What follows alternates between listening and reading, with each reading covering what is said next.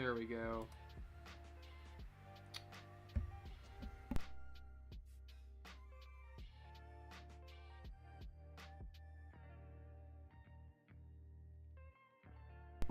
All right, welcome everyone to the stream this evening. We're currently going live regarding severe weather up in the northern Great Plains, as well as portions of Iowa, and headed over here into the Midwest.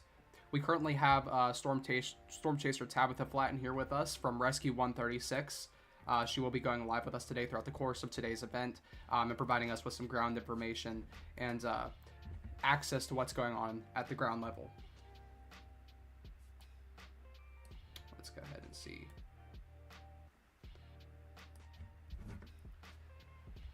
Let's see what we got so far. So far, we don't really have too much going on. The main event is going to start in a little bit, so we don't really see the primary effect going on right now at the moment.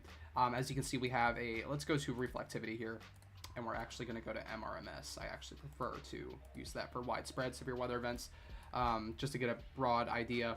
So you can see here, we have a widespread area of severe thunderstorms here, over here near Cedar Rapids, Davenport, down towards St. Louis, Missouri. Then we also have a couple of spotty severe showers here back behind these cells. These are going to be the ones we want to watch. These are going to be the ones that are likely going to go severe warned further, is what I mean. So they're already severe warned, but they're likely going to become further developed and possibly go tornado warned as we progress. This is the line that we want to watch down here behind this. So this is the first primary line.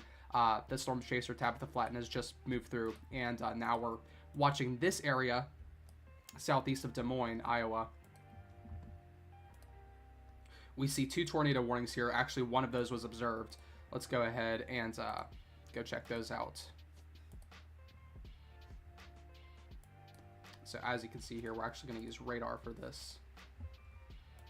So for the most part, you can see here on this first tornado warning, this is radar indicated. Primary hail threat is 1 inch of hail in diameter, and we do see a lot of CG activity on this as well. Nothing too really notable with the structure-wise, but if we look at our velocity, let's take a look at what's going on in the deeper picture.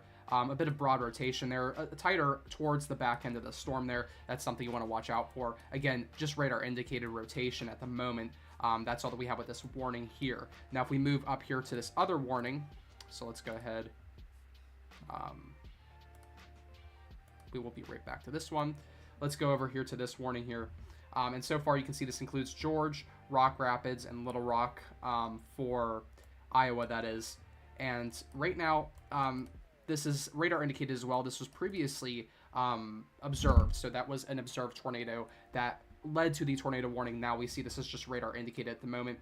Very broad rotation, nothing too well defined. So obviously we don't have a tornado on this at the moment. We might not even have a mesocyclone with this as well. So very broad rotation. And if we move over here to this other tornado warning, the third and final tornado warning here, this is towards Independence along Highway 20 in Iowa and Winthrop, Iowa. So you can see here a little more tight rotation here. We see a little more well-defined rotation. Let's go ahead and watch that animation so I can get a better idea. Definitely right there. So you can see that is something that we want to watch out for. Radar indicated. So again, this doesn't mean that we've seen anything on the ground. The spotters, law enforcement has not reported anything on the ground as of right now. But if you can see here, we do have that rotation. And that is definitely what the National Weather Service has seen. And that is what has led to the issuing of this tornado warning. Now with this one over here, this is built into that first line that's moving through. So we weren't really expecting too much severe-wise with this first line. Again, nothing to really be concerned about with that first line, simply because there's not a lot of development with that, because we don't have a lot of energy ahead of this. Now, this first line, after this moves through, despite the convective inhibition, or that lack of storm energy that may be behind here due to the outflow, we do see a bit of energy to the south here that is likely going to continue to advect north. And feel this line here behind it. So that is the primary line that we want to watch. But we do have this area of severe warned storms here as well that we still have to watch out for. They have access to that moisture as well, and we do see that potential. As we see here for the tornado warning, some tornadic storms with this line are not out of the question as we progress into the evening hours. So let's go ahead and see. We're going to pause that for a second. 4 viewers, that's good. Thank you everybody for watching. If you are watching, if you could do me a favor, please go ahead and, if you can, share the stream so we can get out to more people. And as always, if you can like the stream, that helps out so greatly. That I really greatly appreciate that. And also, if you see right here up in the top left-hand corner, that's Live Storm Chaser from Rescue 136, Tabitha Flatten. If you could go follow Rescue 136, it helps them out greatly, and they greatly appreciate your follow. So they're a non-profit organization, so that means they don't make any money. They go out and basically they provide relief and aid. So please, if you can go to either Twitter or Facebook and follow Rescue 136, they greatly appreciate it. They have various GoFundMes and various fundraisers that if you wish to participate in, they would greatly appreciate that.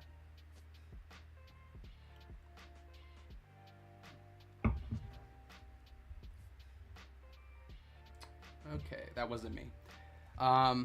Let's see. Let's see if we can get Storm Chaser Tabitha to talk to us real quick. I'm gonna send her out a little message and see if she could talk to us there.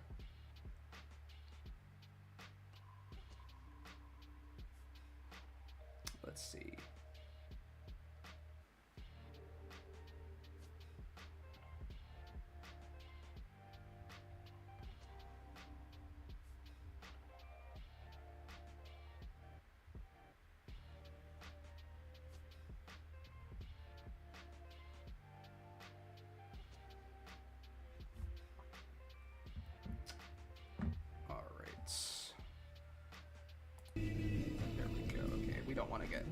We'll wait for her to talk. She's playing the radio, so we don't want to get copyrighted for that.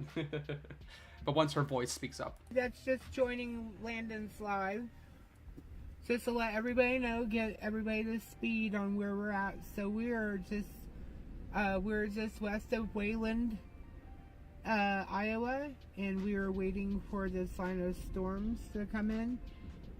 It's not looking very good right now. So it looks like just a wall of wind.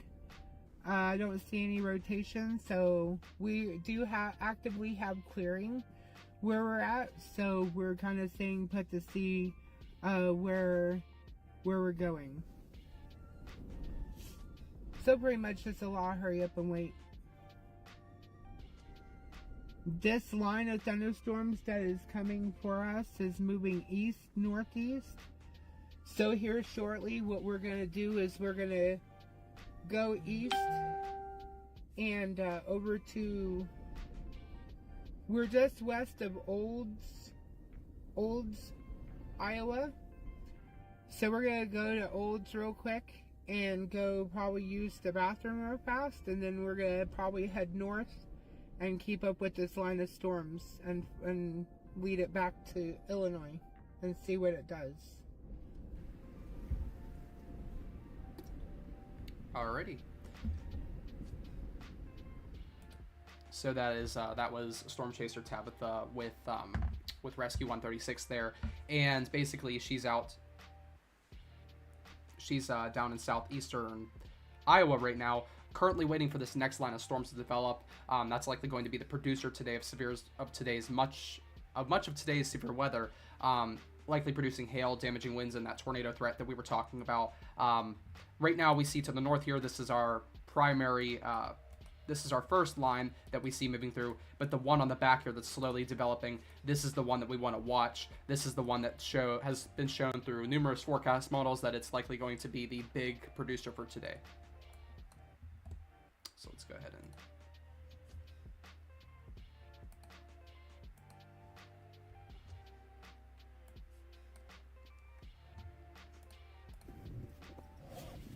Okay, so we are going to start moving east. We don't want to get stuck in this hail core.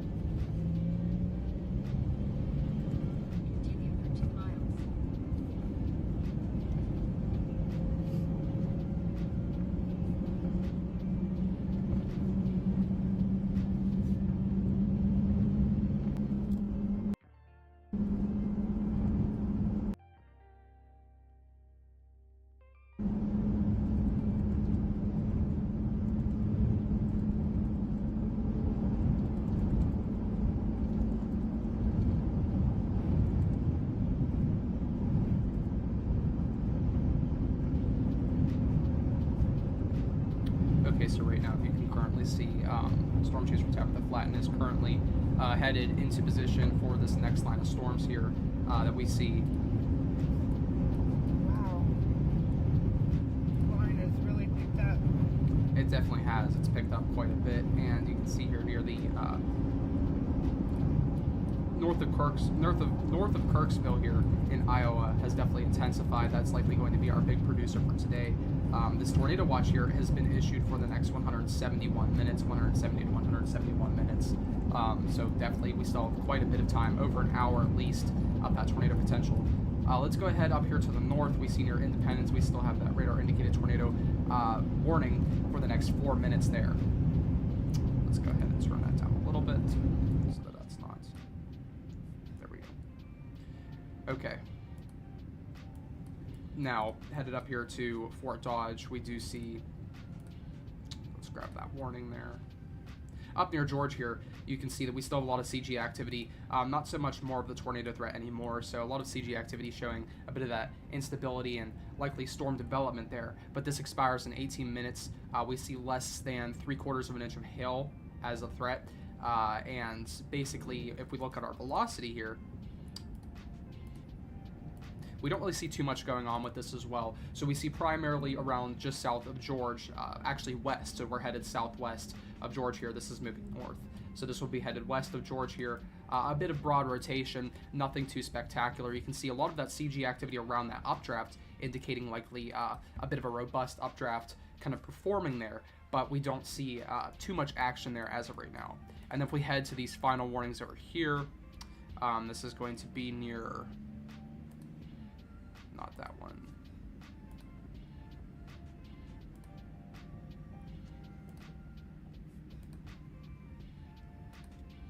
There we go.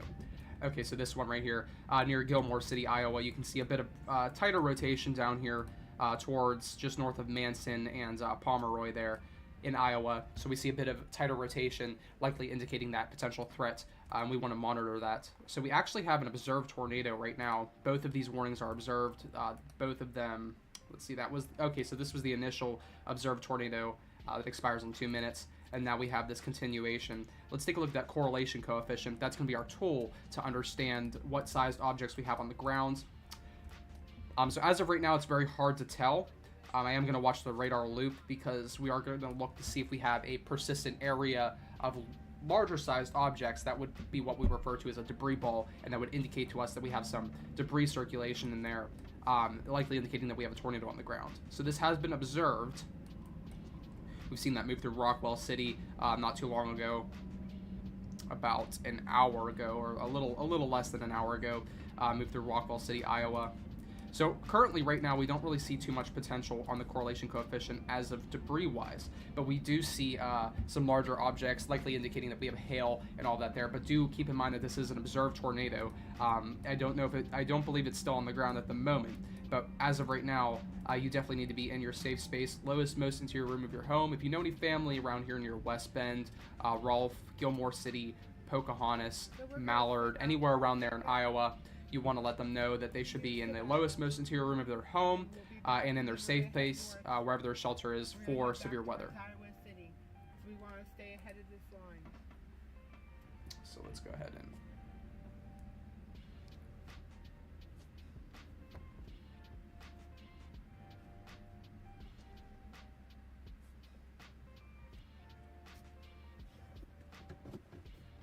Sorry, we'll be right back.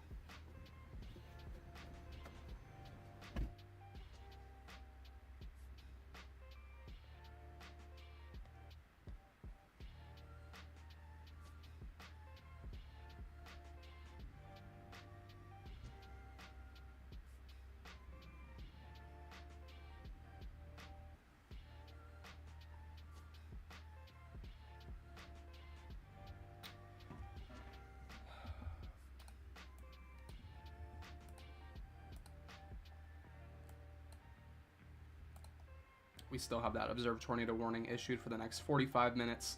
Definitely something that we want to watch out for. I don't have any current updates on what's going on the ground level.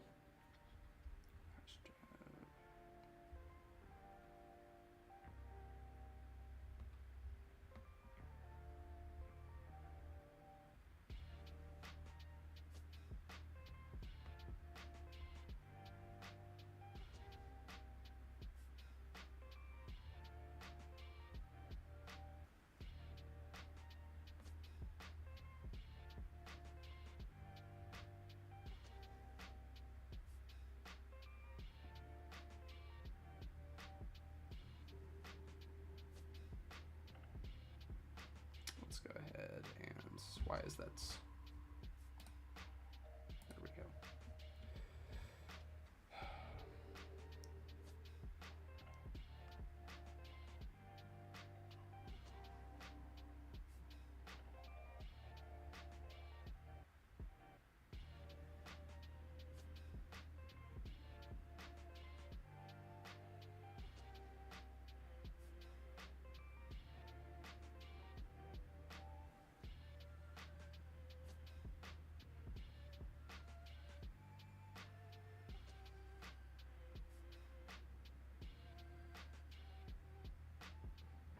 Okay.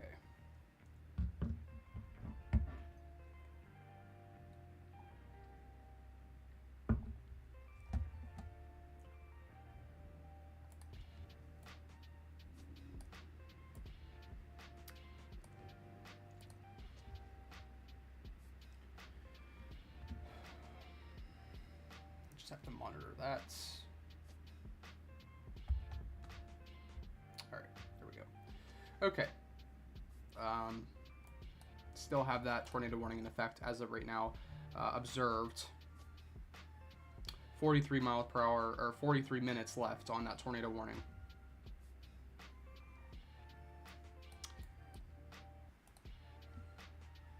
Let's see, where do we want to go next?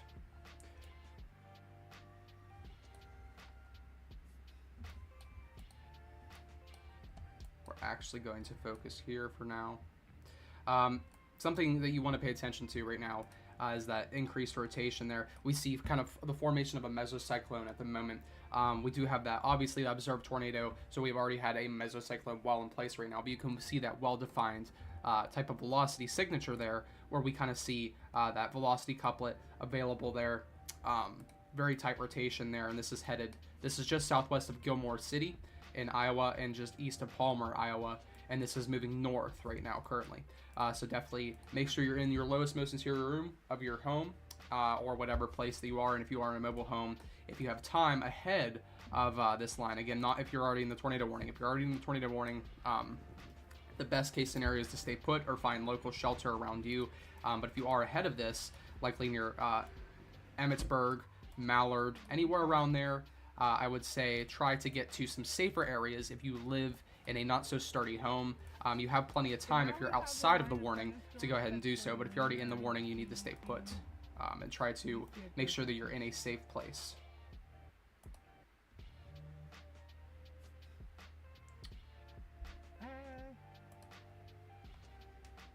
Sort of.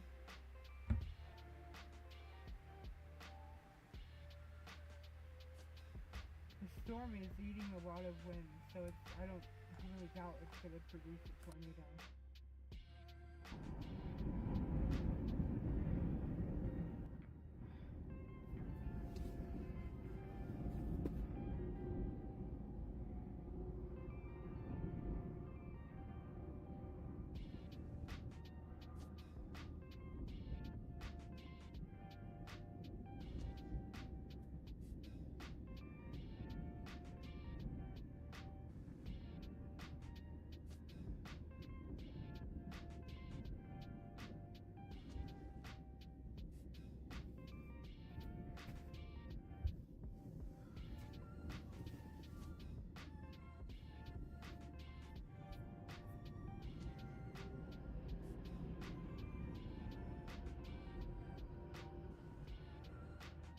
Alright, we're going to head north and we're going to pace it.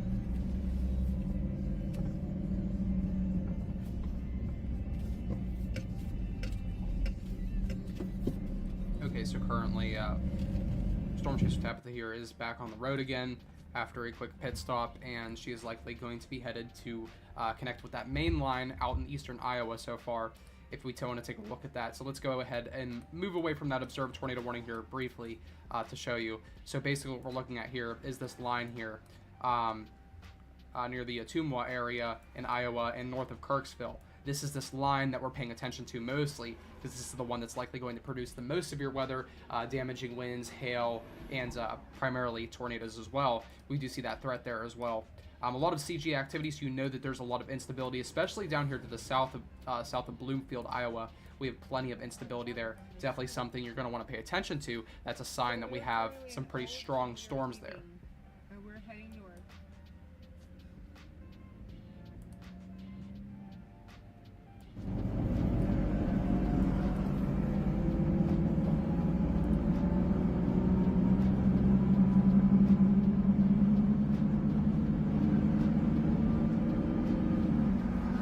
There right now, we have plenty of blue skies available. That's a good sign for storm chasing wise. Not so much of a good sign for the folks that live there in Iowa, because that's demonstrating that we have a lot of instability building up. We have a lot of surface temperature rise, and that's going to create that surface instability, and that's going to help it rise even further. So not really the best case scenario when we have that sunlight out. Again, we already have a lot of moisture in place. We saw that line move through before. Now we're going to see a lot of evaporation move through because we have the sun coming back out, that clearing behind that area of storm line that just moved through this area. She's currently headed north right now on the interstate, and we're going to pay attention as this progresses.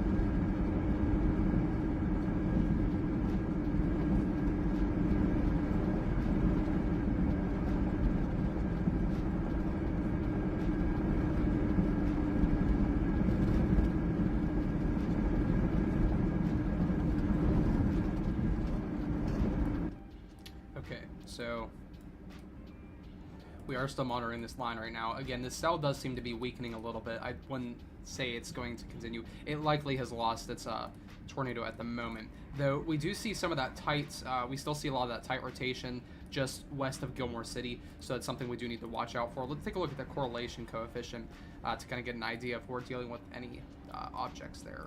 Some larger sized objects.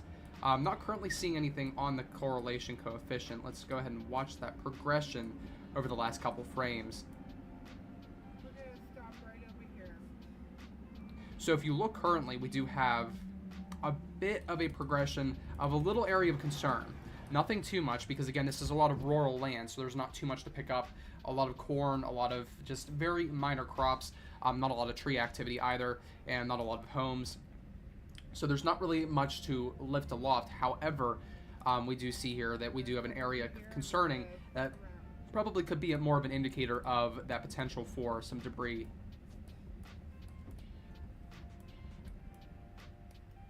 We're actually going to head over towards our storms now, though, because I do want to start paying attention as Storm Chaser Tabitha gets closer towards these storms in eastern Iowa.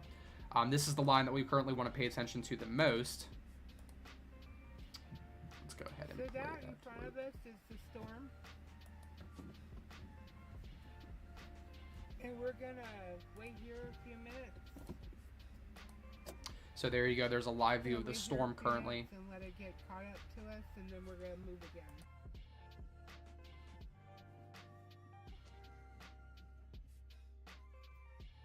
So this, I don't see any potential problems with this line of storms.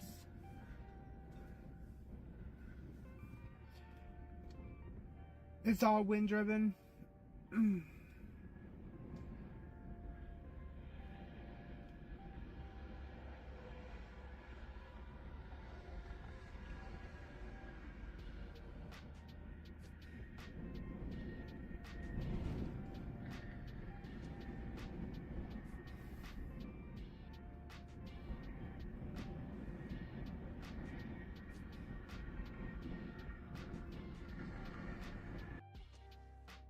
Okay, so if you can see there in the frame, we do have a live Storm Chaser Tabitha currently looking at the line moving, and you can kind of see the progression of the shelf cloud moving towards her. So that line of storms that we're looking at currently on the radar is what we're seeing, the progression of that squall now moving through the previously precipitated area. That's going to utilize a lot of that moisture. It may even utilize some of the storm's outflow. Again, when we talk about that outflow, that cold pole area, not usually too good because it provides a lot of convective inhibition, which is the opposite of storm fuel. However, in this case scenario, where we already have moisture available, these storms can actually start to ride up above that colder area, that colder dense area, which can provide a bit of a lifting mechanism towards these storms' favor.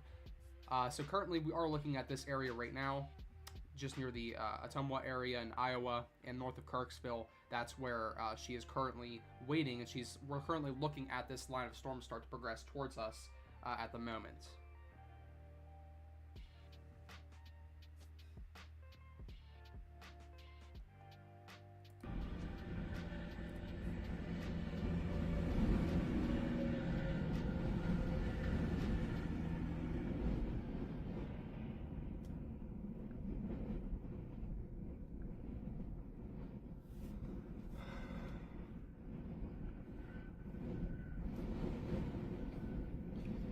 Well, it tried and it didn't want to, so that's nature. It's a good thing, though. I mean, it's a bad thing because we all love science and we all love weather, of course. But it's a good thing because nobody got hurt today. There is no deaths and there is no destruction. So on our end, we're good. But at the same time, it just kind of sucks because we didn't get to see no tornadoes today. But it's okay. There will be plenty of chases ahead for us to see some really, really interesting stuff. So, let's just say history repeats itself. And I think the next couple of years, history is definitely going to repeat itself. So,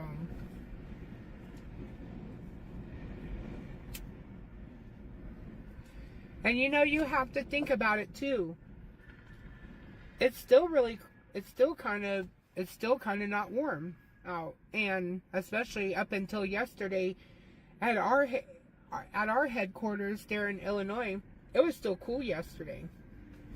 So, like, I didn't have the air conditioner running. Like, it was nice, and like the wind had a kind of a cool twinge to it. So, like, I really don't. And with the clouds, the constant cloud cover, and the sun only came out for like maybe 10, 15, 20 minutes. Of that, you need a lot more time than that to recover. You need at least an hour, hour and a half, 2 hours of full sunlight for you to develop your surface convection. So we just couldn't shake the cloud cover today, and we are lacking surface heating. So this is all wind. So nice old windbag.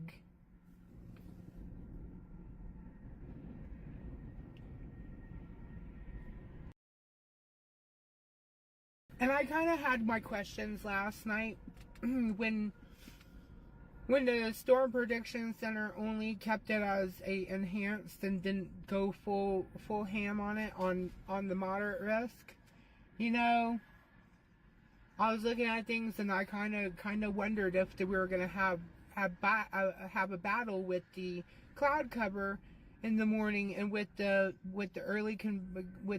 rain and everything, the early rain. I was kind of having my questions, but everybody's like, no, it's gonna do it. So, you know, it's all right. You have wins and you have losing days. So, I mean, it's the nature of the game.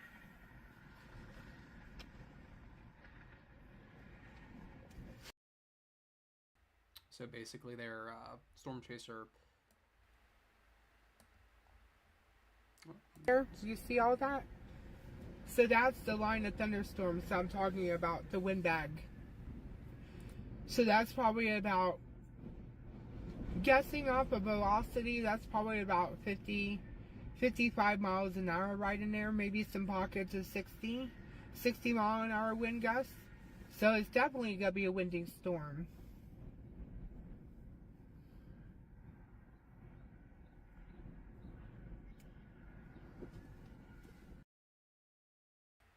So their Storm Chaser Tabitha basically stated that today a lot of the issue surrounds the cloud cover. Again, we have a lot of convective inhibition in place, and even though we have that daytime heating coming out, we didn't have enough of that daytime heating. You need, as she said, a good 2.5 hours at least to get that done and get that surface heating kind of back up again to provide that surface instability that we need for those storms to thrive off of, and we're just not seeing that so far. So we have enough energy for this wind event, but we don't have enough to support tornado genesis, the formation of tornadoes. We don't have enough energy at the surface to do that as of right now. Very skinny, probably very low 3K values, that's 0 to 3 kilometer or towards the surface, more of that energy that we need to get those tornadoes going. We don't have a lot of that in place, and that's kind of what's limiting us today. That's our limiting factor that is kind of determining this type of scenario where we have more of a wind event rather than tornadoes. That's what we're seeing today. The only severe one from Missouri to here is where we're at. So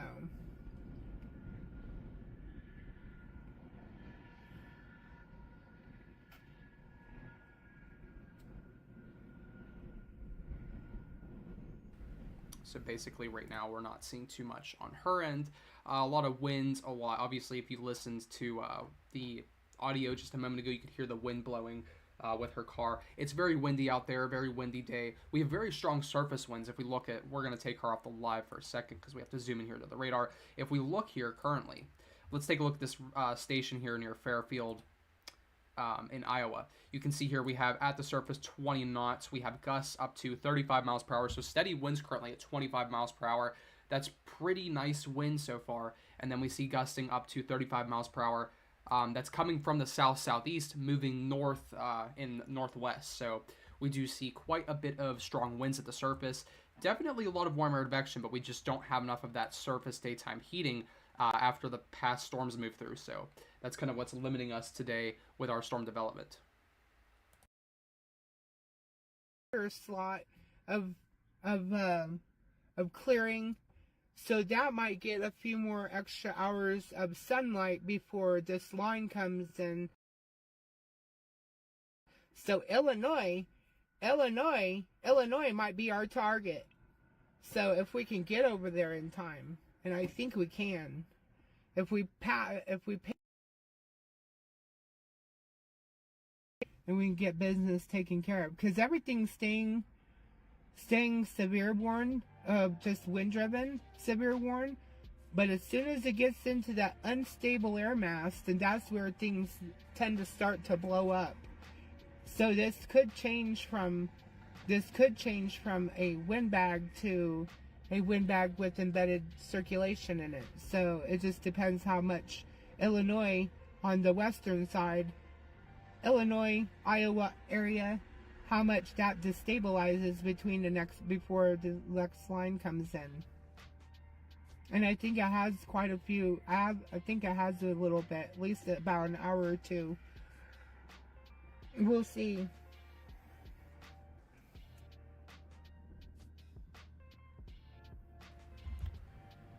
Okay, so another thing I wanted to mention off of what she just said. So she may be headed to Illinois next. Now let's go ahead and switch from radar to satellite here. And what I want to show you more or less is what we're viewing. So right now, this is the main issue. See, we had this line move through. This is a no-no. This is what we don't want to see, especially when dealing with storms, because we want that daytime heating. If you understand basic, if you remember from maybe when you were back in school, if you think about thermodynamics, or basically how fluid works, and we see the heating. We need daytime heating for basic evaporation and rising of heat. If we see warmer conditions from the sun, so we see the sun warm up the earth, that's what we need for the storm development. And sadly, when we have this cloud cover, not so sadly for the folks who live here, but for the storm chasers, that's not something we want to see for storm development. That's kind of what's limiting the tornado genesis today. We have enough energy for wind events, such as these severe thunderstorm warnings, enough to get thunderstorms going, but not enough to support tornadoes.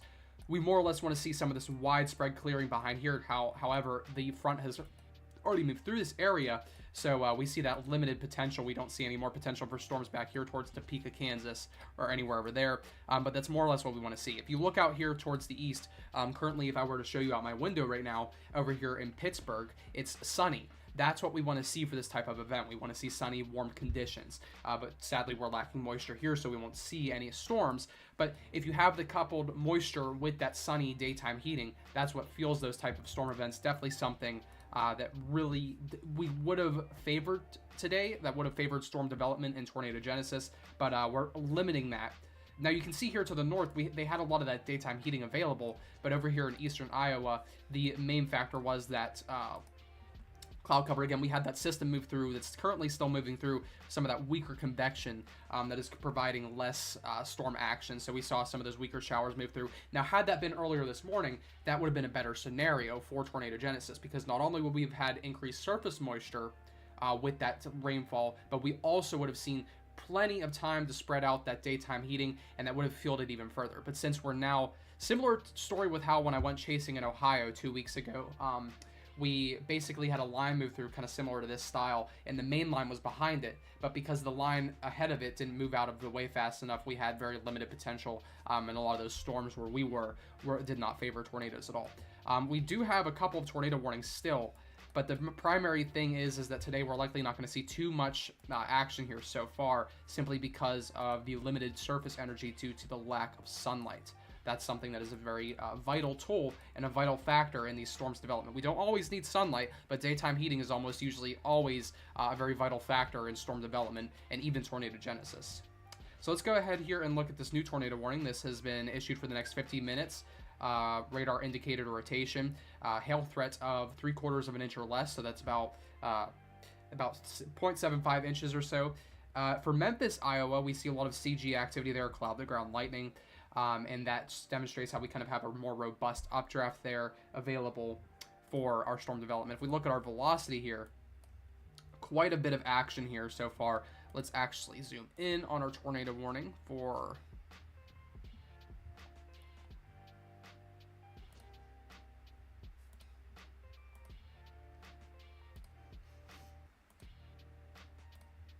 find it.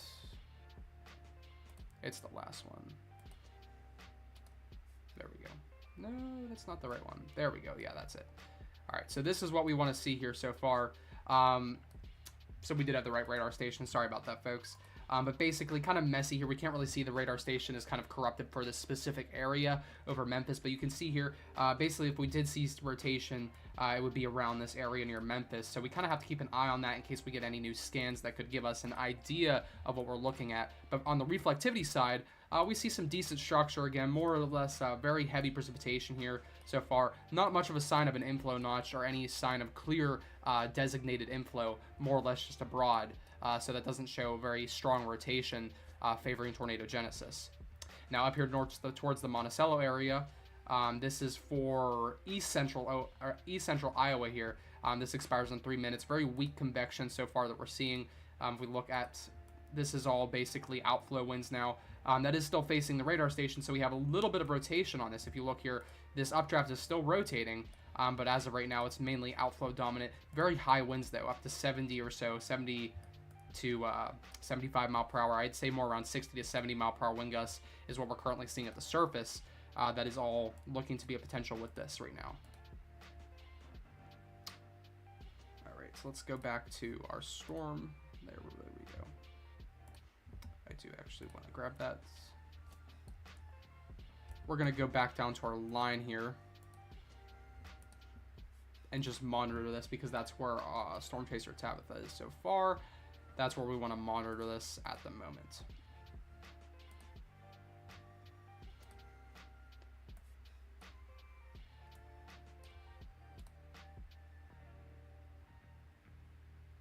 Okay.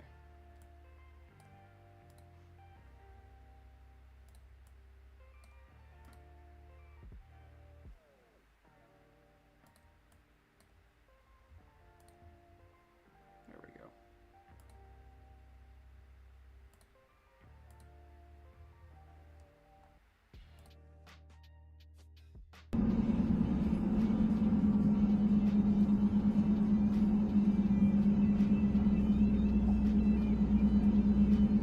So currently, Storm Chaser Tabitha there is headed east right now, trying to get ahead of this line because, again, she can't catch up to it because it's not a safe scenario, especially with these fast-moving storms. Not really a good way to not a really good situation to get yourself stuck in. Definitely not something you want to be dealing with.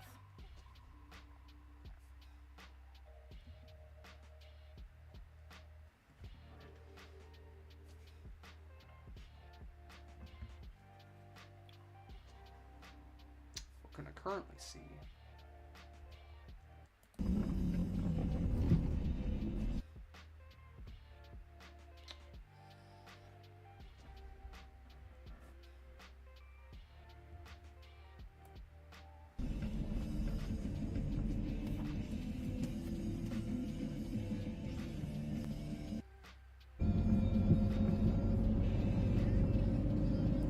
All right, so we're just going to continue to monitor what she is catching through her video so far.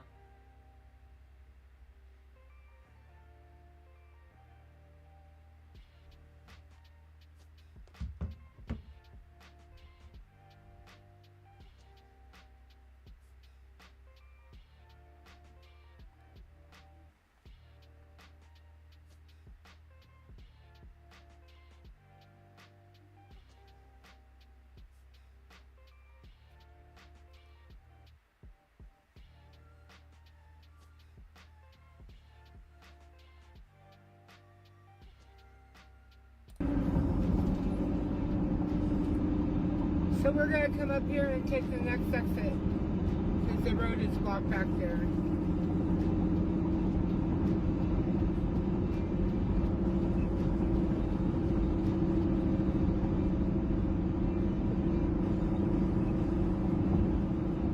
I don't think that might be a confirmed tornado.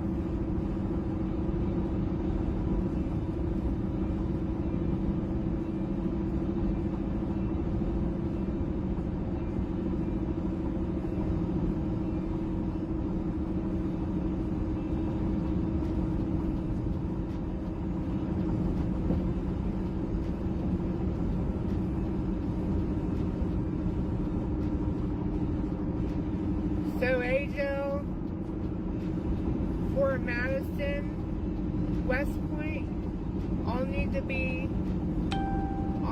taking their tornado precautions right now. That storm is about 15-20 minutes out.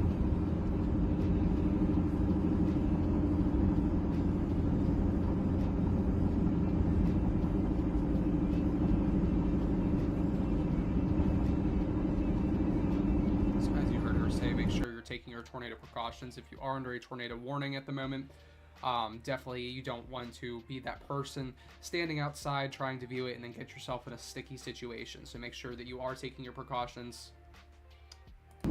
So that's why we need to cross the river and drop back down, because it is coming in the same direction we were coming. We just need to get across the river, because there's only so many crossings over here, so don't want to get jammed up without a way east.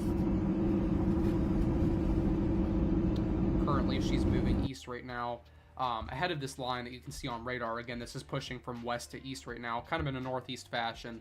However, she's trying to get ahead of this line to kind of stay ahead of it. So that's why if you're looking at the camera right now, you're seeing clear, mostly clear skies. We see a little bit of cloud cover there, especially up aloft.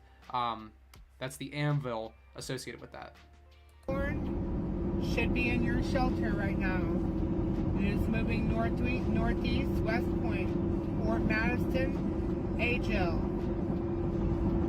New London, Minneapolis, Burlington, all need to be tornado aware. This storm is moving with a line of storms moving northeast.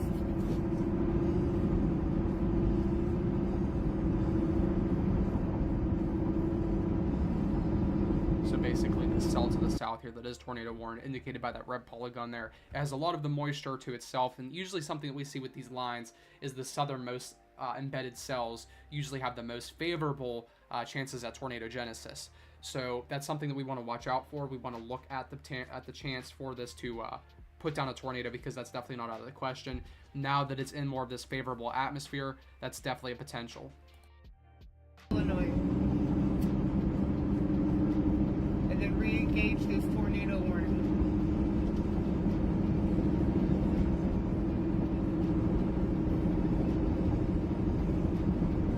Again, folks, if you could do me a favor and like and share the stream, that's all I ask, because it definitely helps us get out to more people, and it shows YouTube, hey, basically people are engaging with this content, means that it might be somewhat interesting. So if you can do that, I greatly appreciate that. It's a couple clicks of a button, and you don't believe how much it helps out. So thank you again in advance.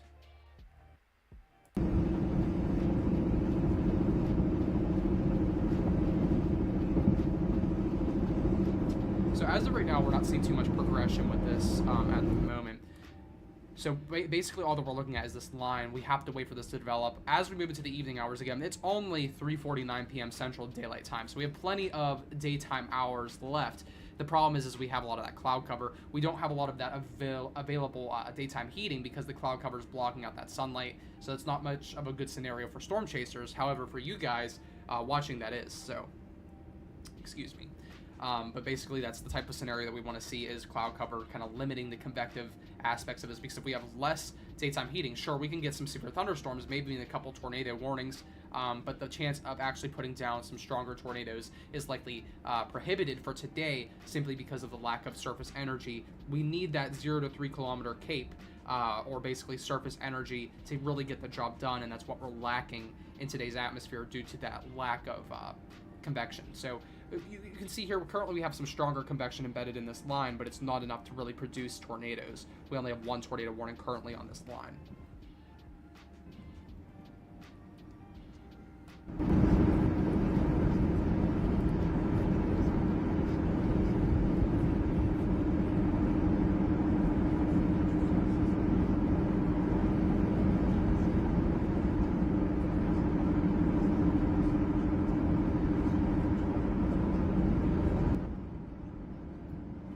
Anywhere right now, anywhere northeast of Memphis, Iowa, you want to be in your safe place. That would be your lowest, most interior room of your home, away from any windows, doors, or exterior.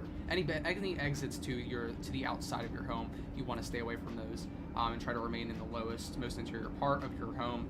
Again, if you live on a single floor home, that would be still the most interior room. If you're in a trailer, that's kind of the less ideal scenario. If you have a public shelter, make sure you're making your way to that. Usually Iowa has a pretty good job of doing that. They have pretty decent storm shelters. But if you are ahead of this tornado warning, currently near West Point or Fort Madison in Iowa, you have plenty of time so far to go ahead and get to safer ground. And what I mean by that is head to some local businesses perhaps in town, if you're not in your own safe place. Again, if you're in a mobile home and you have a chance, so not inside the tornado warning. If you're currently in the tornado warning, stay put, try to get to a safer area, but don't try to outrun the storm now because it's on your doorstep. That would put you in a dangerous position. But basically what I mean is if you're in West Point, Iowa, or Fort Madison, you're not under the tornado warning yet, you have a good 20 to 30 minutes before this reaches you. So now would be the time to go ahead and get to some safer structure, such as a building, a plaza, somewhere where you can go ahead and find some stronger buildings. Commercial buildings usually work really well. Commercial buildings are usually very structurally sound. Again, the same applies for those buildings though too. Lowest, most interior room of your home, away from any windows down in those buildings. There's a tornado warning south of me. I'm by Lone Tree. I'm going to cut over to Muscatine and try to cross the river and get back on the other side on Illinois and re-engage the tornado warning. So basically she's trying to keep herself with these storms so far. It's kind of hard. If you've ever been chasing, you know the struggle. It's very hard, especially to keep ahead of the storms. That's what she's trying to do right now. She's kind of punching at east ahead of these storms, trying to maintain a safe position so far. What we're currently seeing, though, I am liking what I see, though, from a storm chaser perspective. I'm seeing a lot more sunlight starting to come through, definitely providing a little bit of that daytime heating, even though we still see that cloud cover there for the most part. Definitely not something that we really like to see for cloud cover. For you guys, obviously, it's a good scenario, but from a storm chaser perspective, it's not so fun. But definitely still looking pretty decent.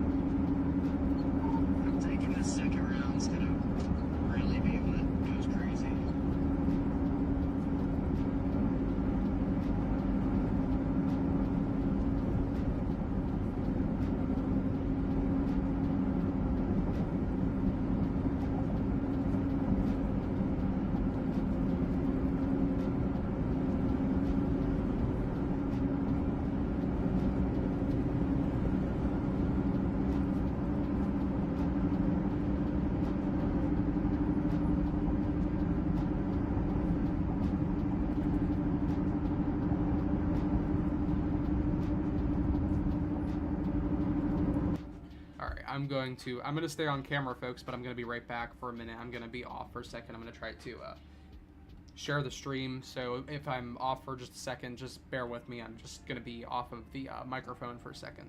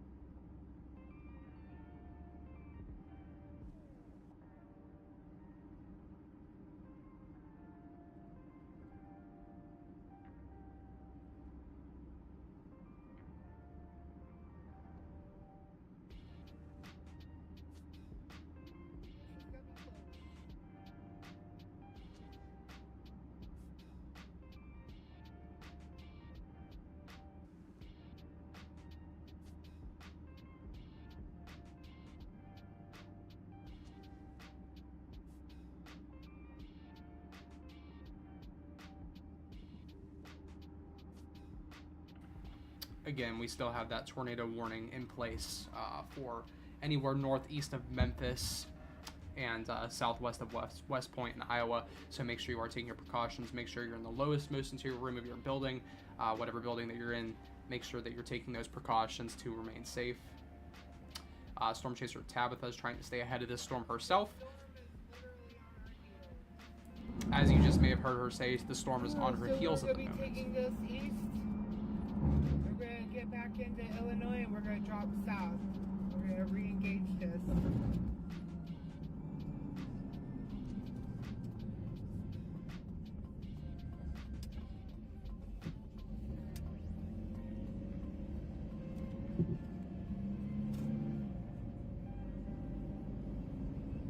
So if you're currently looking there at the live camera there through the stream, you can see a lot of that distant cloud cover, a lot of that anvil. So what you're looking at up in the top of that video is the anvil cloud, and that's basically what's riding off of this storm.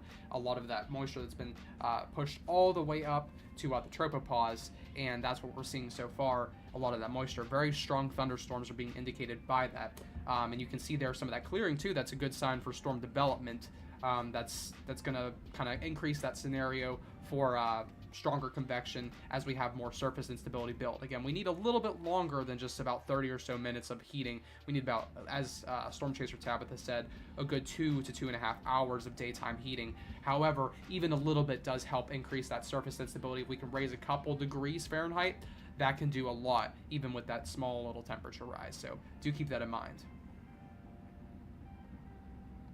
You can see a lot of those low level clouds too. Look above there though. It does appear we have some Amatis up there as well, or at least some signs of instability up in the clouds aloft there. And as she gets closer to this storm, we do see, actually the storm is getting closer to her because the storm is actually chasing her right now.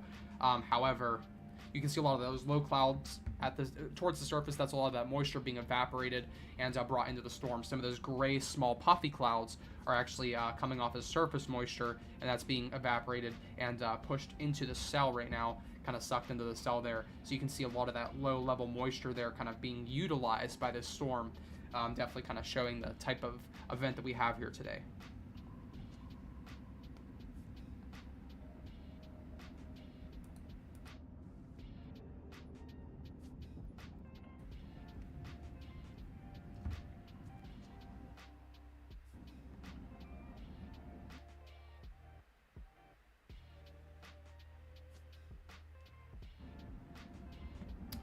Connection may be in and out here for a little bit because out in the middle of Iowa, where she currently is chasing, that's kind of iffy, especially with reception, so do keep that in mind.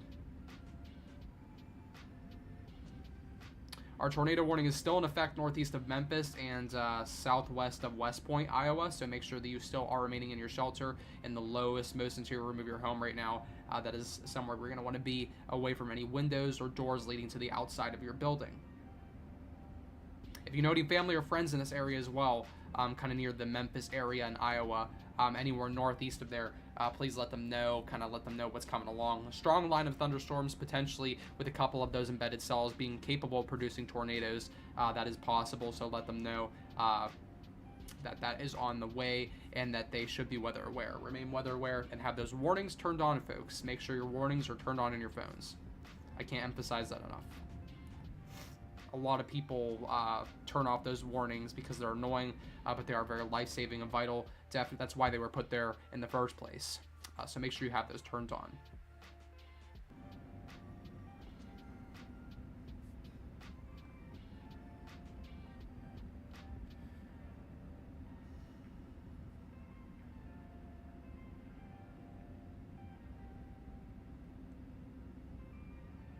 We're currently still moving east, I believe, right now. You can see kind of the anvil ahead. That's the head of the anvil kind of pushing eastward right now with this line of storms. So she is trying to get ahead of these storms right now, trying to move with the motion of the storms to get out ahead of them rather than drive straight into the storm itself. So the chaser is being chased currently.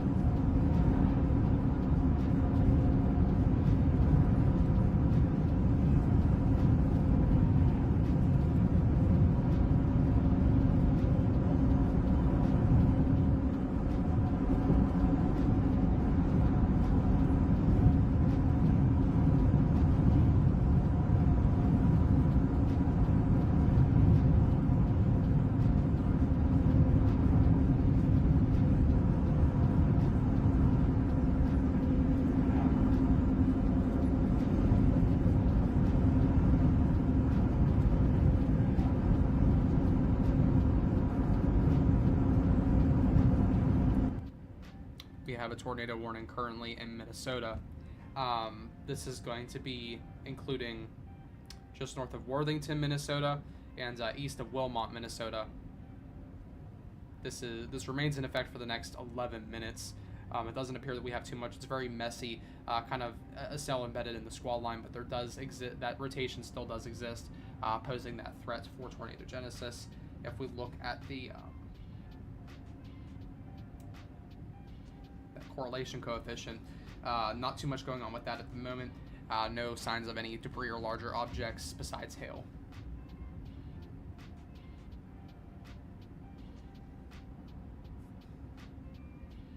Alright, folks, I think I'm going to, while we wait for the progression of this, I'm going to head off of here for a little bit. I'm going to leave you with Storm Chaser Tabitha, and I will be back in a little bit.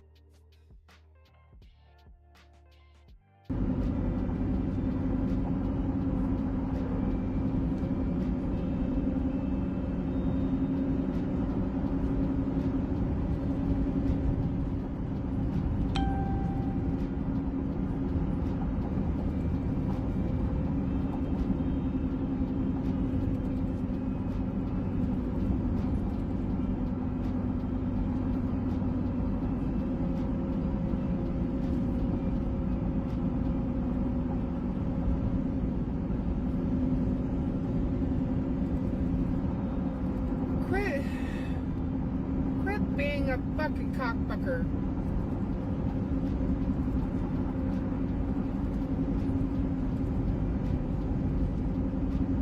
Damn.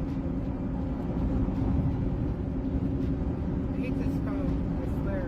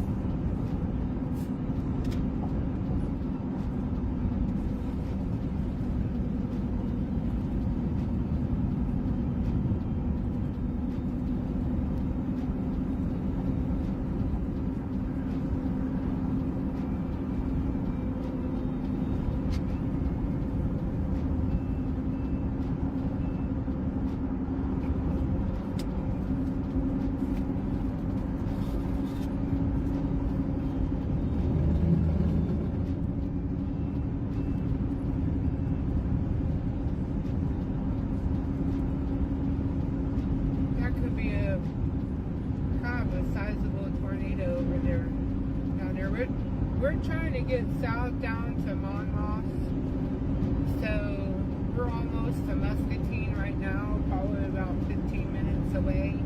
We're gonna cross over, and we're gonna get south as fast as we can. All right, folks, I am back. Everything's still moving northeast, east. There's Rescue one's back in Lopez. I'm signing out for the day. You guys have a good night. Stay safe. 2 tornado warnings out of this line, and one of them is actually looks like it is confirmed tornado, just by the looks of it.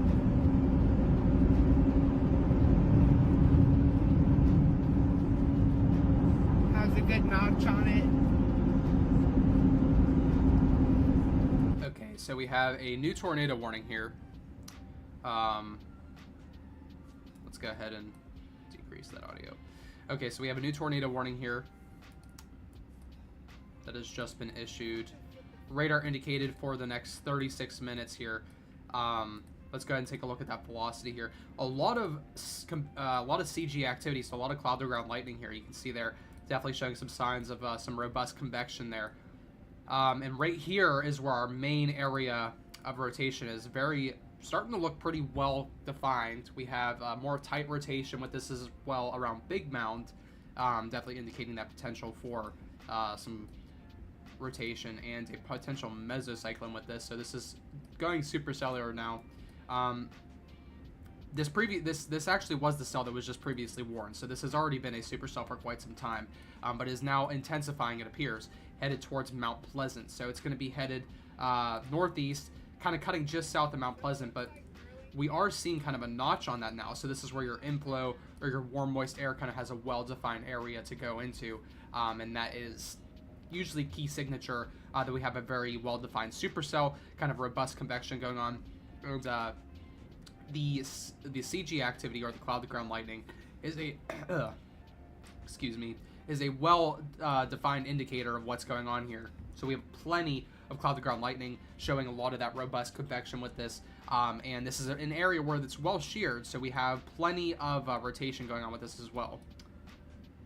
So currently you can see here that we have our inflow right here, that warm moist air feeding into that cell, and then obviously off the back that's kind of assisting in this rotation here is that rear flank downdraft. Not as well defined, but we do see that kind of here forming. Right now, Salem is in that area where we're getting the most well-defined warm, moist inflow there.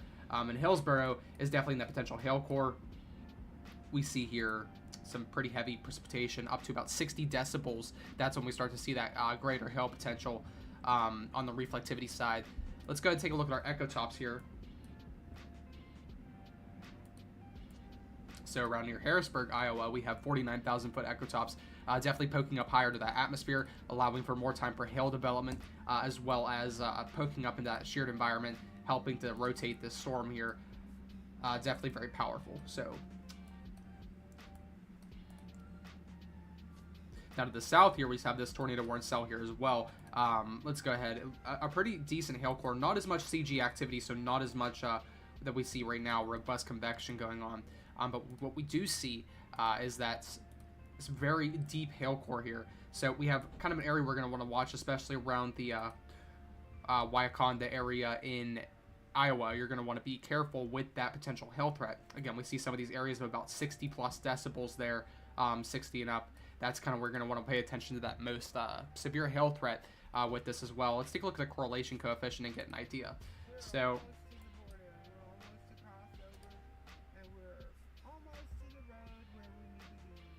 you can see here, not really an indicator of some larger objects. We don't really have too much on the correlation coefficient, but that is a signature that we could see some potential hail within that as well. Definitely something to watch out for. I don't say damaging hail as much, but we do see that potential for hail. Again, look at that. Look at the difference between these two cells. So the one to the south is likely going to be choked off here. Even though it has that further south, we have a lot of warm, moist air to the south here. So it does have access to that.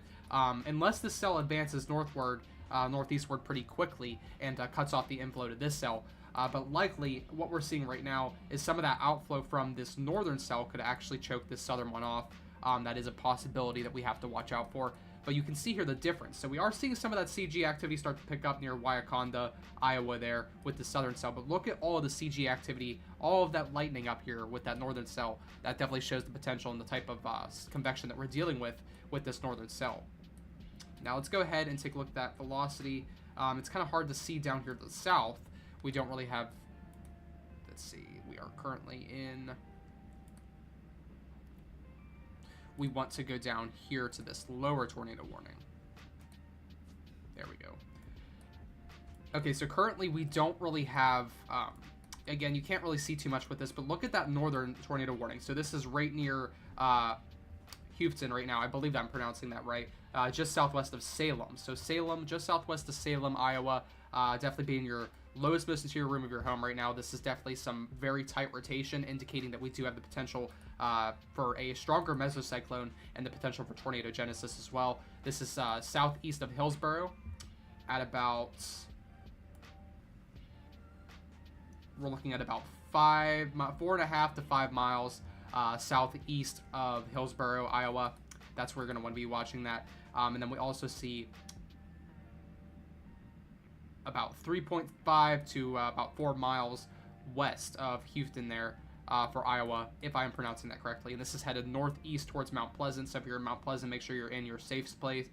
Make sure that you're in the lowest, most interior room of your home, away from any windows or doors leading to the outside.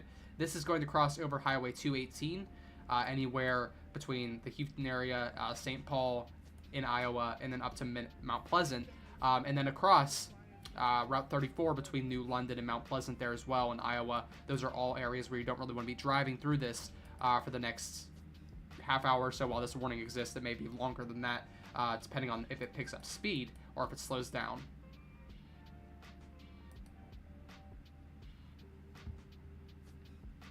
Let's go ahead now back to our live storm chaser. So I know that went black. It goes black whenever I go to the radar. So we're gonna get off of here for the time being, and then just monitor these fairly quickly. So these are definitely some cells we want to be watching down here for southeastern Iowa. These are definitely indicating that robust convection here that is available. So let's go ahead.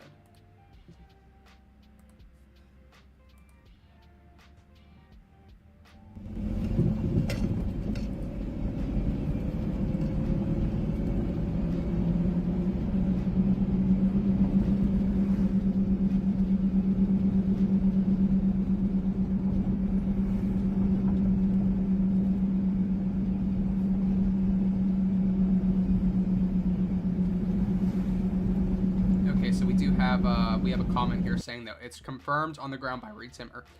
Thank you for the report. Let's see. I'm gonna zoom out here so I can see the comments better. Let's see. Oh.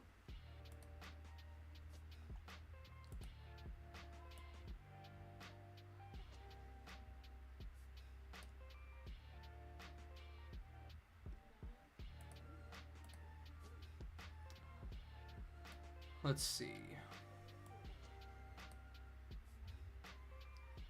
Confirmed on the ground by Reed Timmer. We also have that thing looks real nasty. Not gonna lie, rotation just west of St. Paul. Yeah, definitely looks strong. It's definitely very, very strong. Very nasty looking storm there. Definitely want to be in your safe place.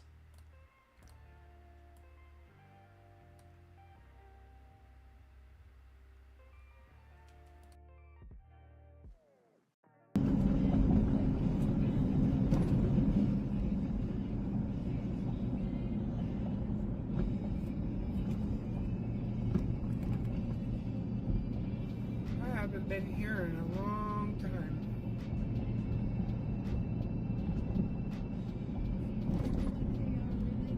At least 10 years.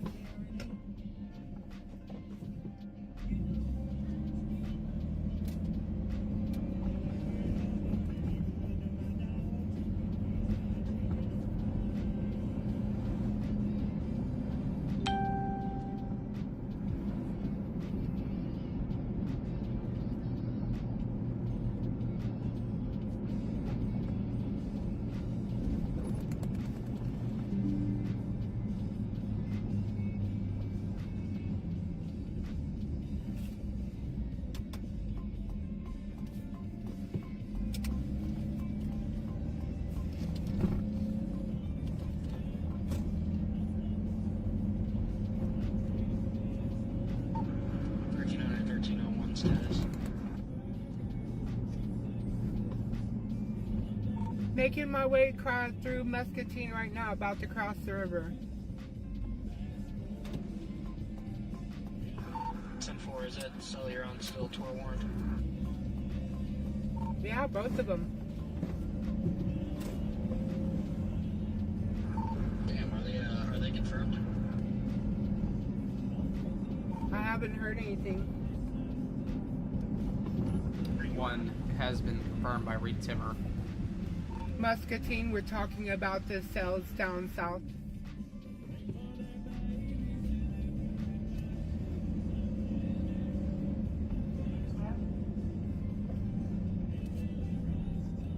The one at the Iowa-Illinois border.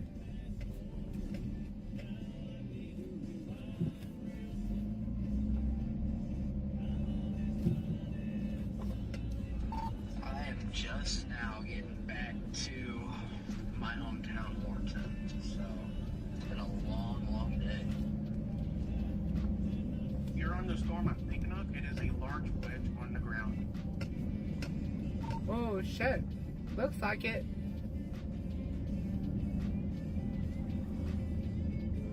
Shit, Tabitha, you better catch up with it.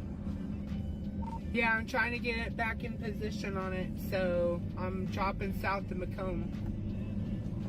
Okay, so we do have reports of a wedge tornado on the ground currently.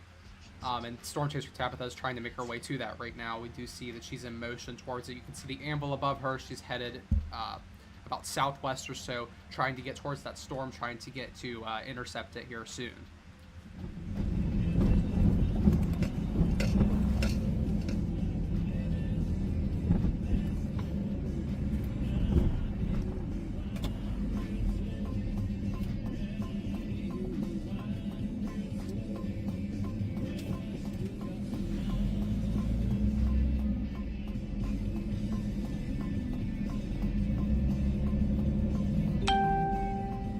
Not confirmed on the radar, but on the ground. There's images of it on Twitter. God damn. Copy. So the Likely storm. do me a favor, write down the county name that's in. So the storm that we're trying to get re-engage on is tornado on the ground. It's a reported to be a large wedge apparently. So we're trying to get back over there. We're now crossing the Mississippi River.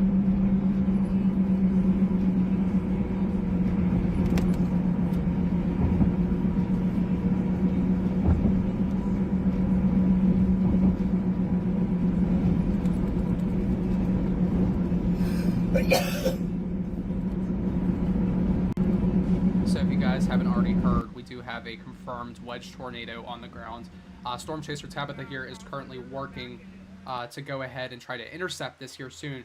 You can see there the anvil, if you look up on her screen there, up on her video, the anvil is up the top there. That's the top of that storm that's overshooting and heading out along the tropopause. But basically what that means is we have very strong convection, we have a very strong storm, and that's what we're seeing so far. And she's currently heading to go intercept that at the moment.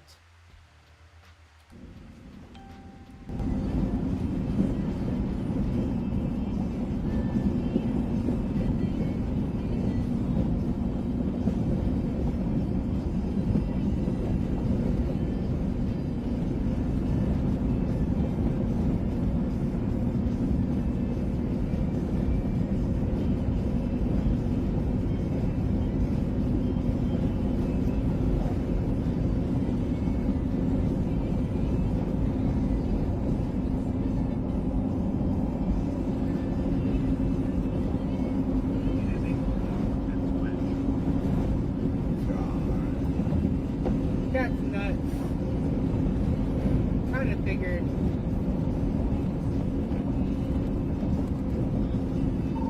Is it Fort Tabitha? Is that in Lee County?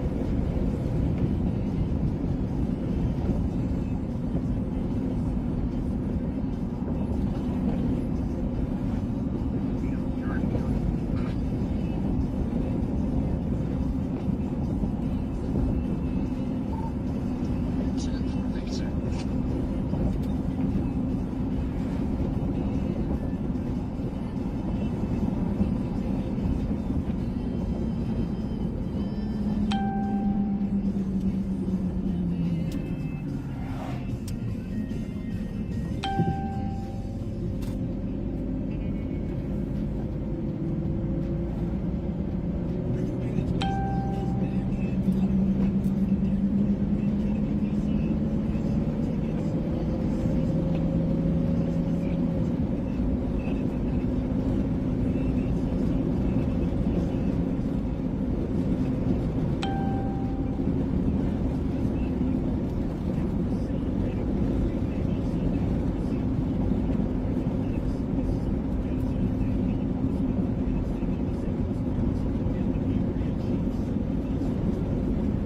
Chippins. Ah.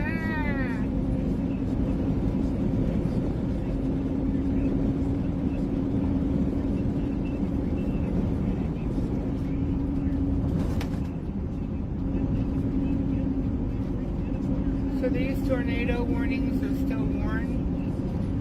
Still heading northeast.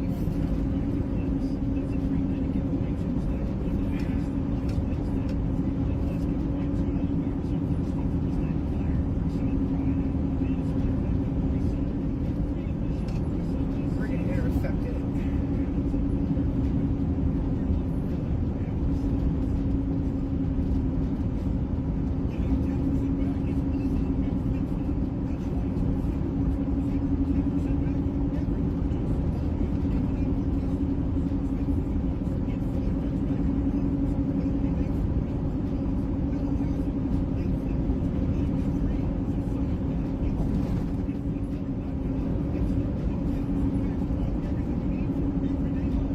So we're going to be coming in from the dirty side of the cell, so we might encounter some hail, unfortunately.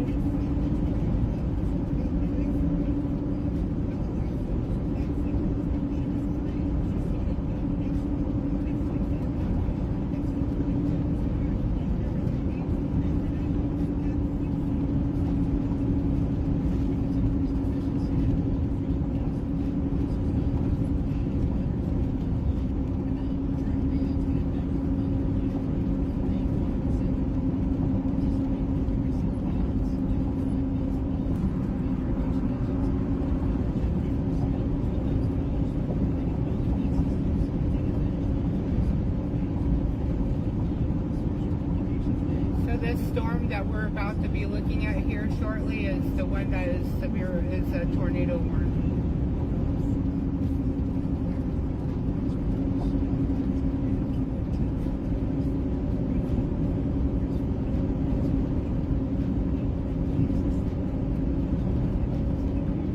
Move your butt.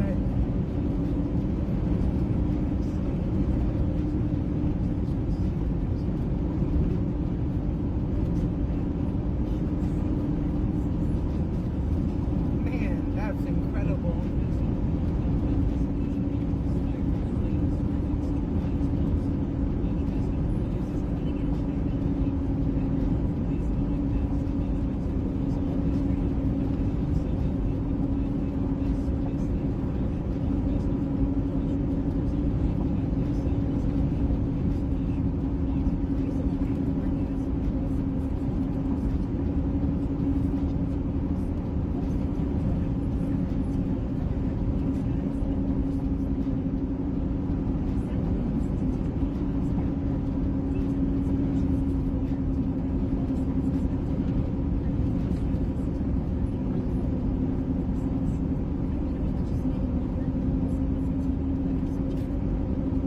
It's 70 degrees.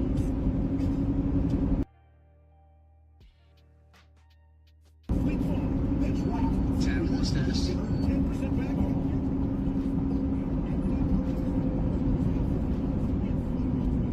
Trying to get on this tour, Warren.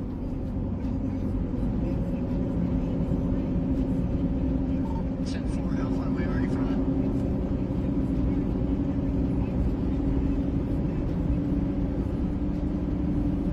Probably about 40 minutes. it?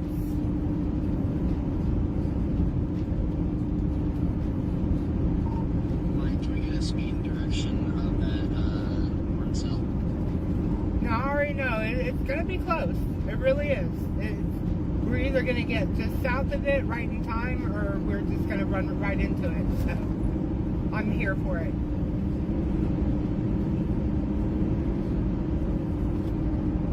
Significant tornado ongoing near Salem, Iowa.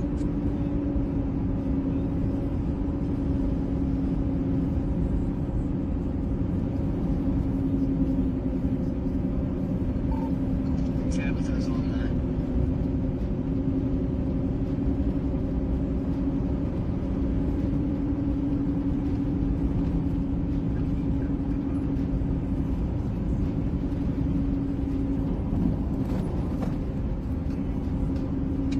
Set 4 again.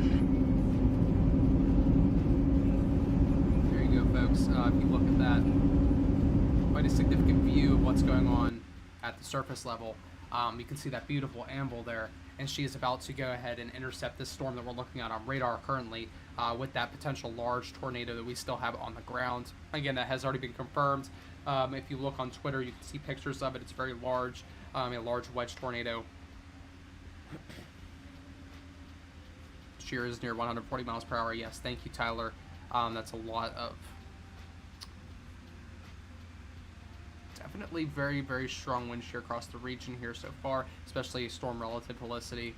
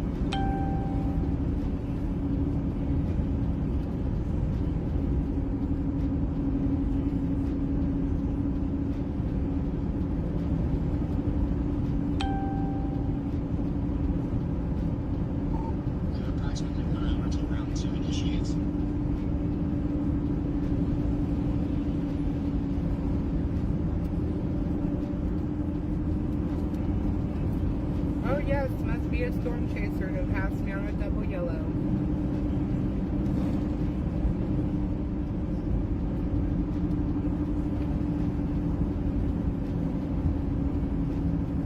It's slippery, y'all. Going as fast as I safely can, possible. And see, he really didn't gain any ground. I just don't understand why you'd be so reckless. And it was on a hill too, so I was really waiting for somebody to come on the other side of the road and we'd all run into each other.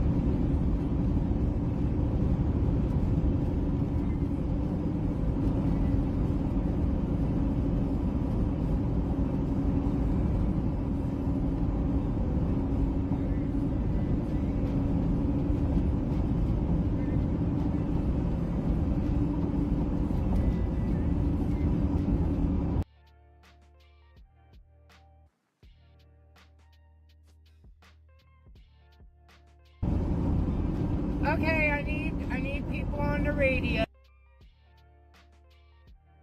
Pittsburgh or Bald,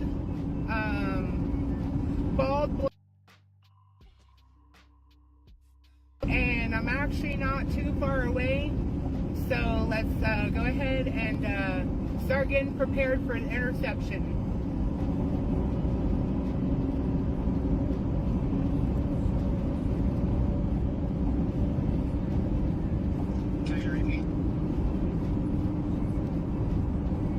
I need somebody to stick by the radio. So it looks like Keithsburg or Bald Bluff is in the path of this tornado, and we're actually not too far away from it, probably about 30 minutes or a little bit more. So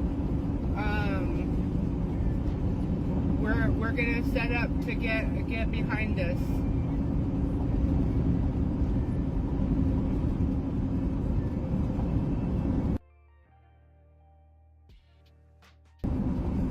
Sid Froggy on the radio.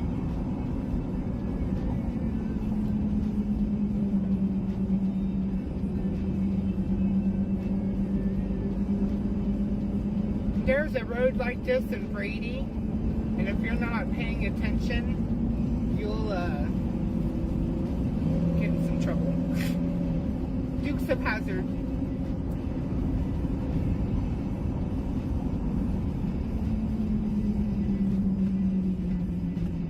We're actually not far from this, and we're actually moving in for the interception.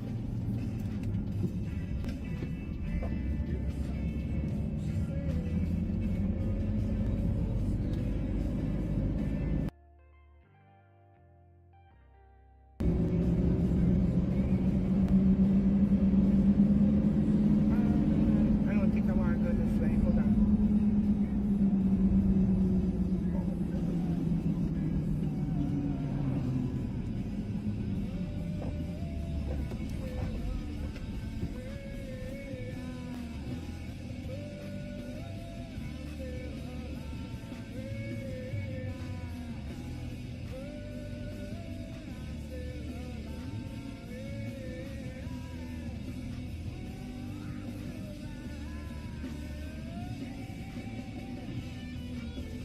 Okay, we're not far at all. Let's go.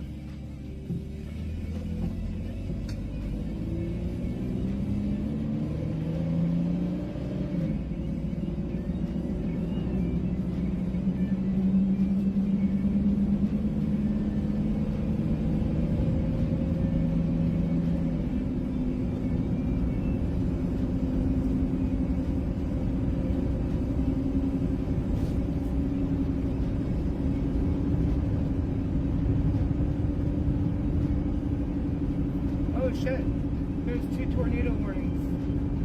Ooh.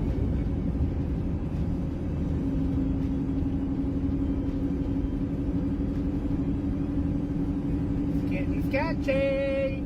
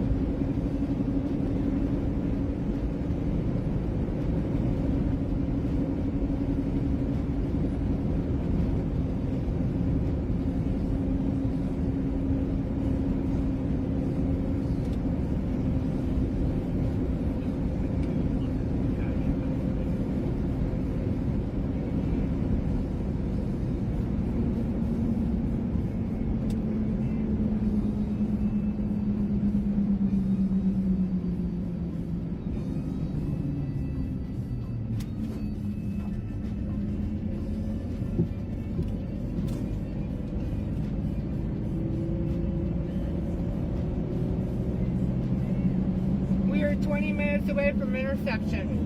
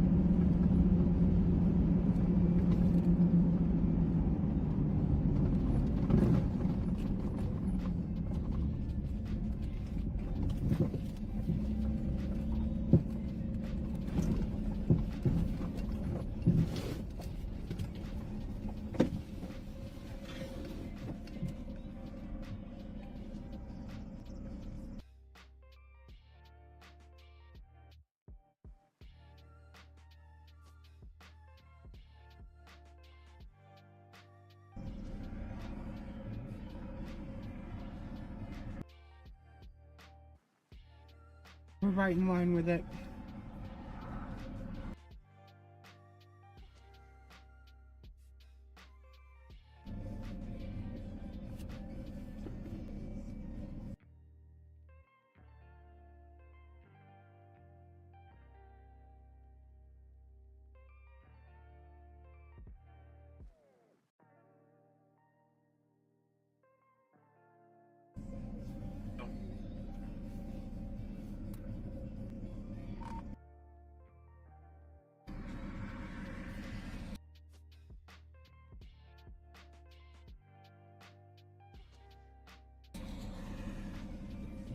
Morning, son.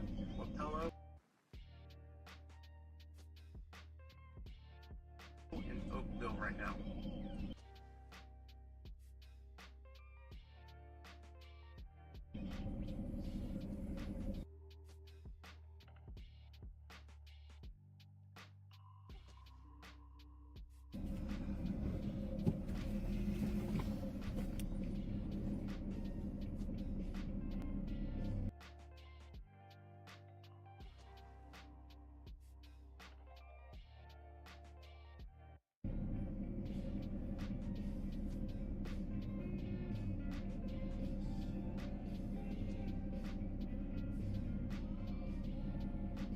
$1,300-1301 status.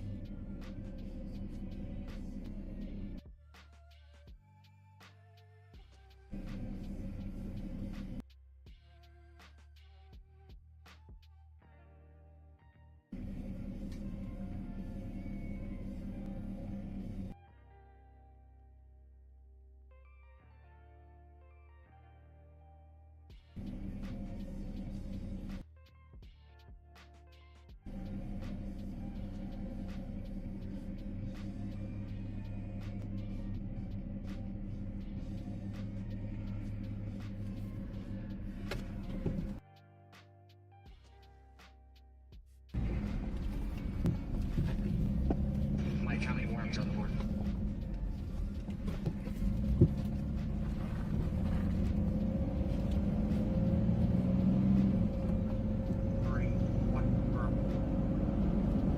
I'm in Keithsburg. I'm heading to New Boston right now.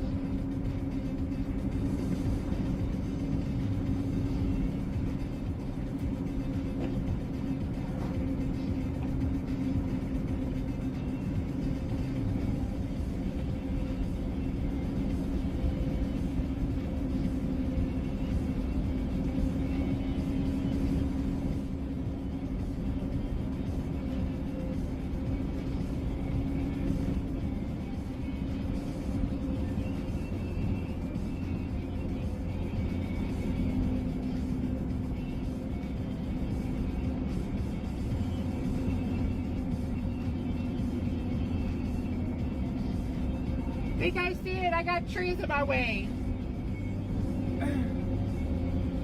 I definitely see the wall cloud though.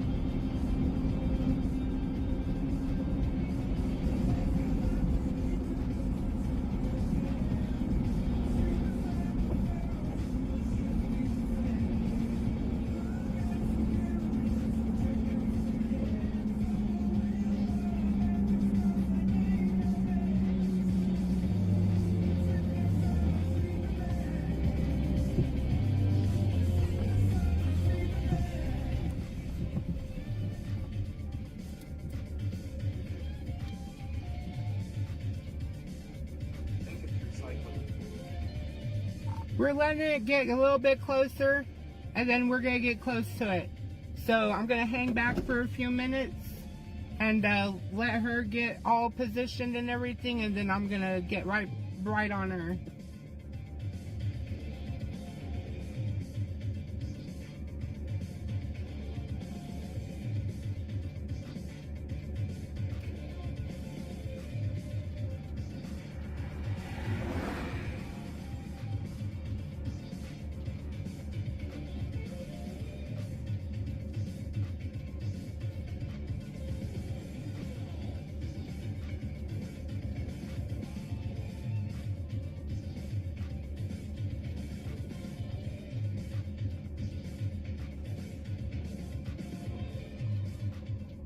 There are things that to a layman might seem like nothing, are really kind of glaring and jarring. The 5 o'clock punch out. Always pushing things past what is supposed to be. The Bill Stage Radio Show. I still got a guitar to hide behind it. 97.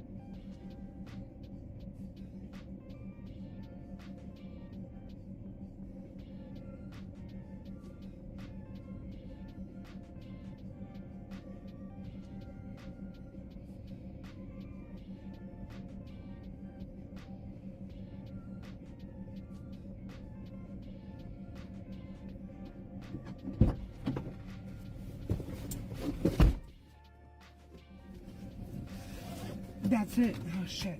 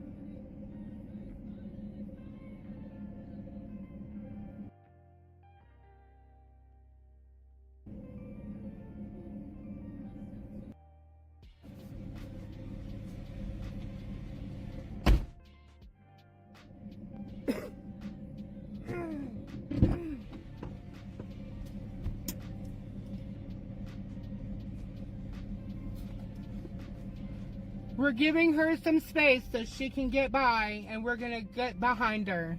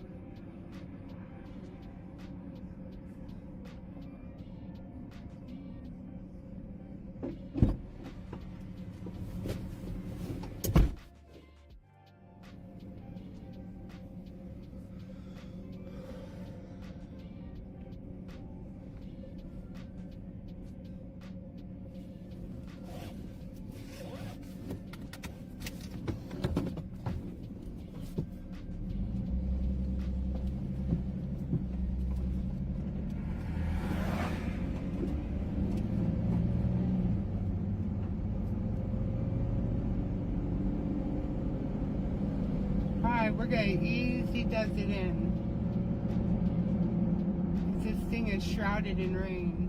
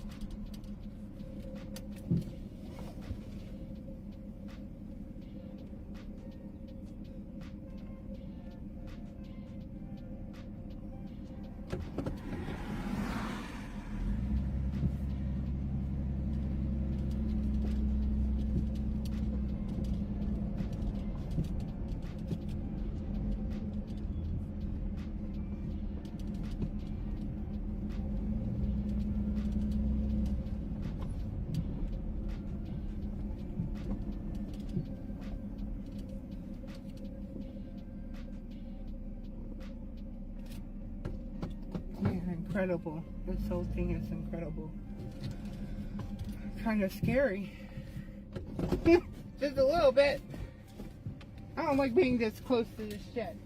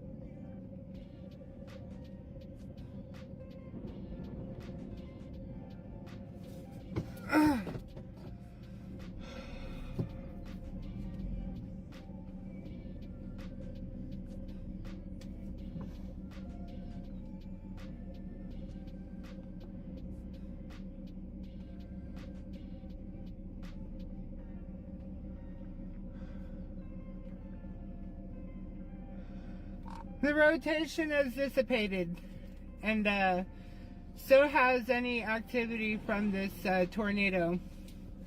It is no longer warned.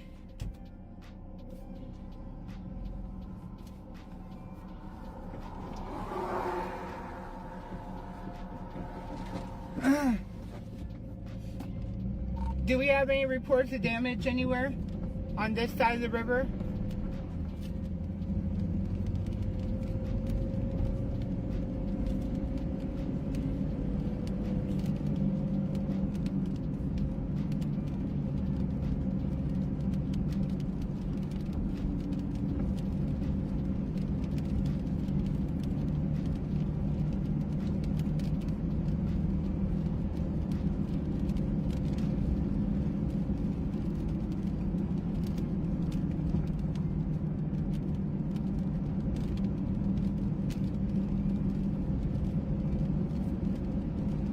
Mike, you there?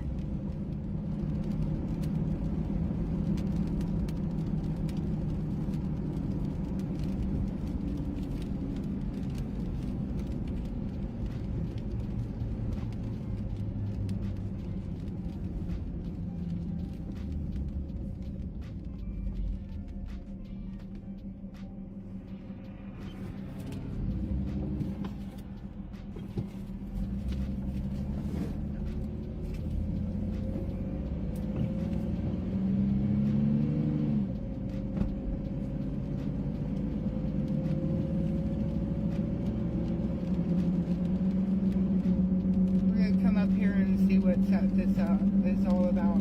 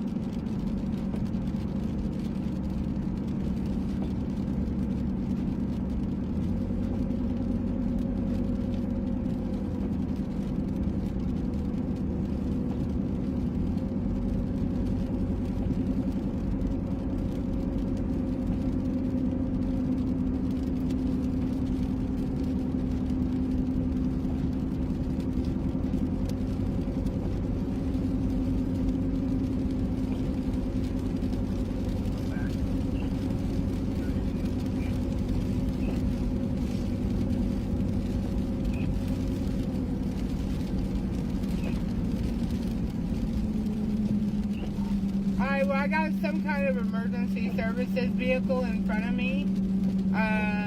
So the rotation has dissipated and the tornado is no longer active, I believe. But we're confirming that right now.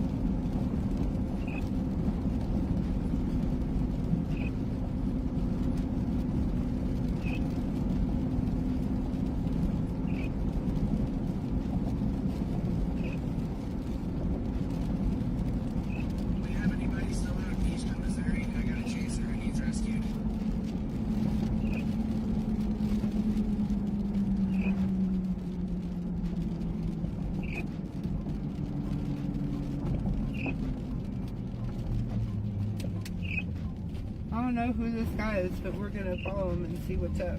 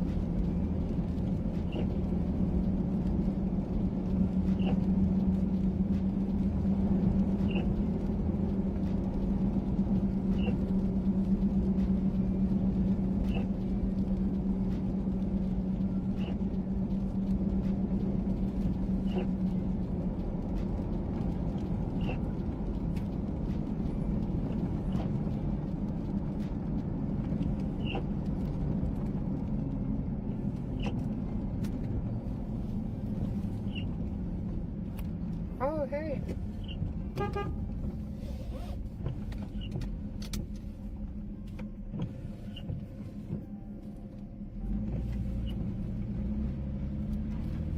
Hope he stops. I want to talk to him.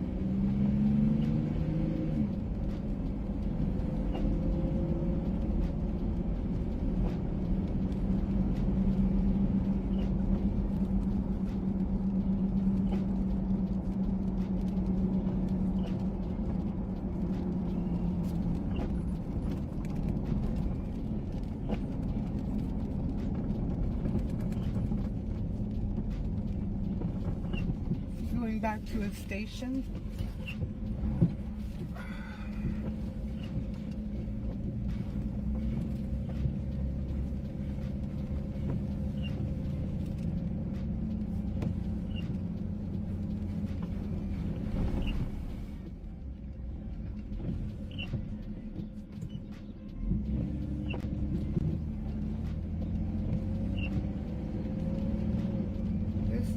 beefy wall cloud. No doubt about that.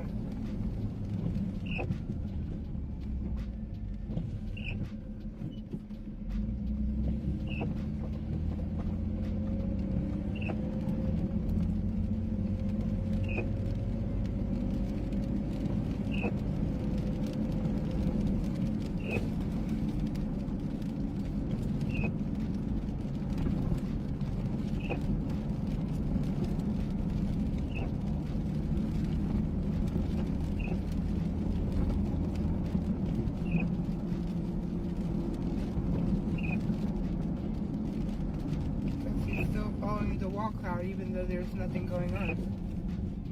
That's okay, we'll follow the wall cloud too.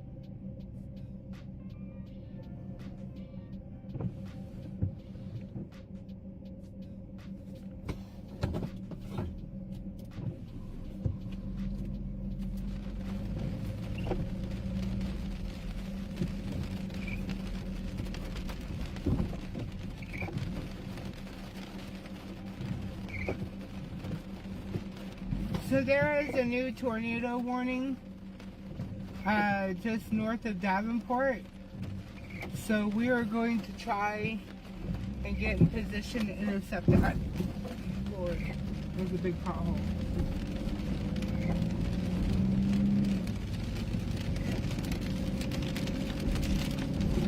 So it's heading right towards Whiteside County. So Benton, Morrison, exactly where we were at the other day.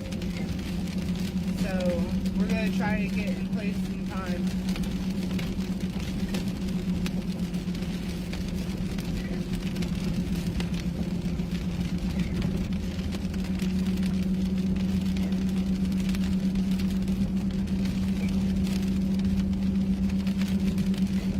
That fire truck kind of disappeared, so I think they're out looking for damage, just like I was, but I haven't heard anything of any damage yet.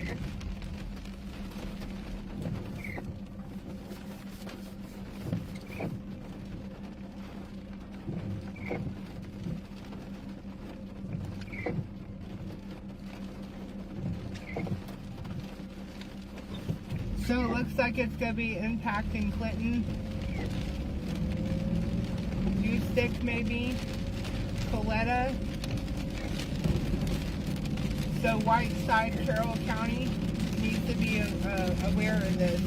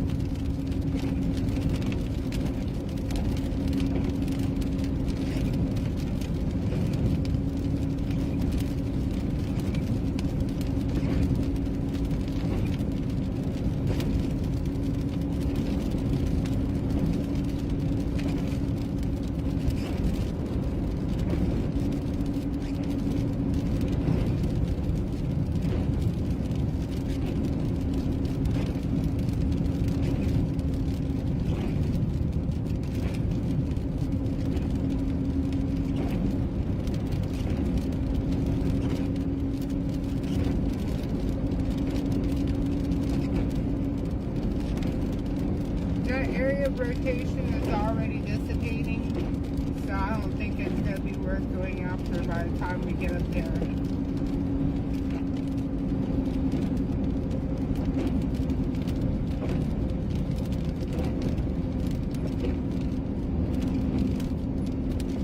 It is still severe work.